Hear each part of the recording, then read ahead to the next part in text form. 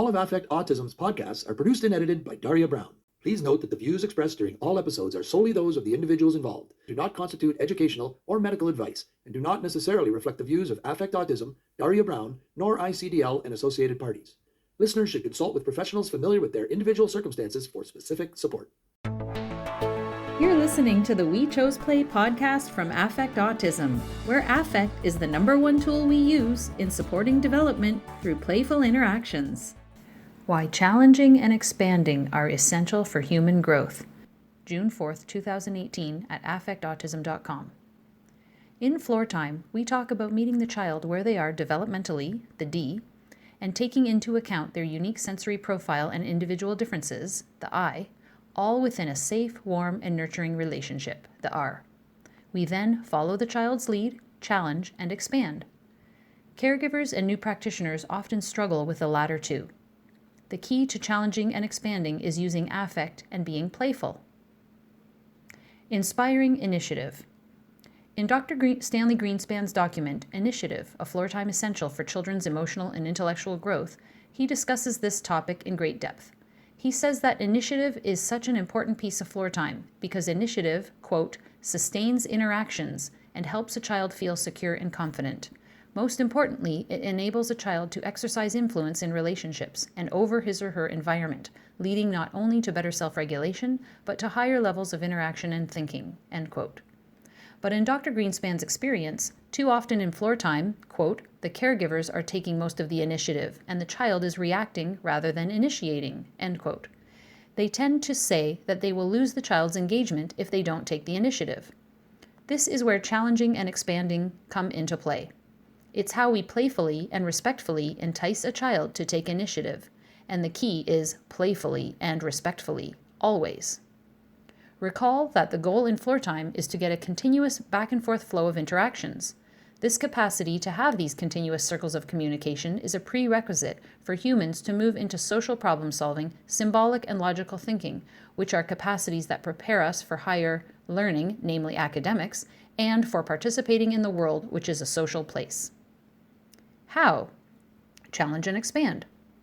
We've discussed many times before how we move up to a continuous flow of interaction, and how challenging and expanding are a part of that interaction.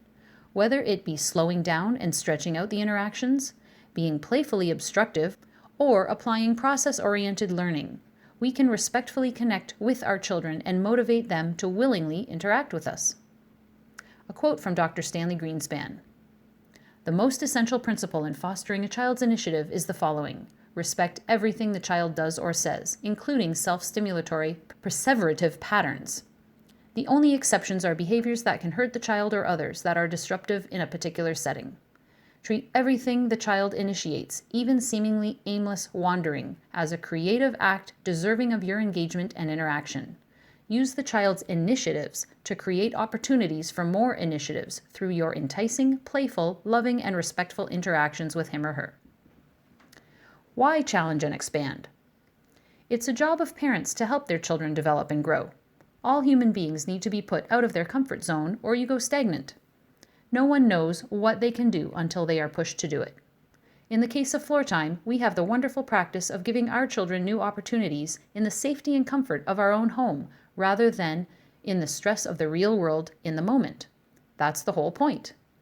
By challenging, we're not talking about making your child go to tears, but having them experience a tiny bit of frustration around something they are motivated to do, or in the best case scenario, in fun play that you mask as a challenge by making it fun and motivate the child to do. You are taking something that would normally frustrate or challenge them and making it something they want to do and be part of, so when they are challenged in real life, they don't shut down. It's about play.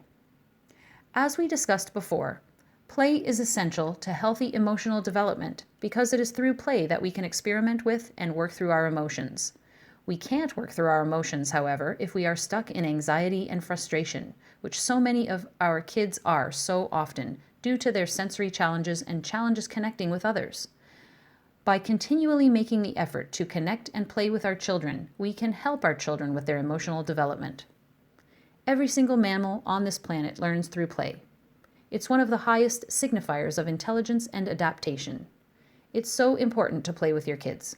In Floortime, we are mobilizing something that's already useful and making it extremely effective.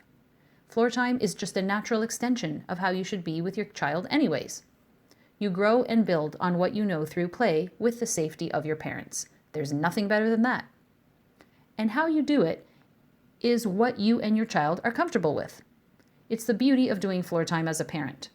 You don't want to upset your child or deceive them. Feigning ignorance is not deceiving your child. It's being silly, like a funny dad joke is. You do it in a way that is being playful. If a child says, "I want that bandana from your head," the dad joke is, "You want a banana?"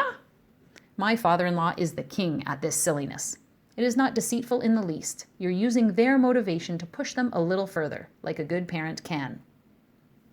Today's blog was such a brief overview, but the links to past blogs supplement the rich content of the importance of challenge and expansion of interactions with our children to promote relating, communicating, and thinking in Floortime. Thank you for listening. If you liked this episode, please share it with someone, like and subscribe, sign up for the newsletter at affectautism.com, and follow us on Facebook, Twitter, YouTube, or Instagram. Until next time, here's to choosing play and experiencing joy every day.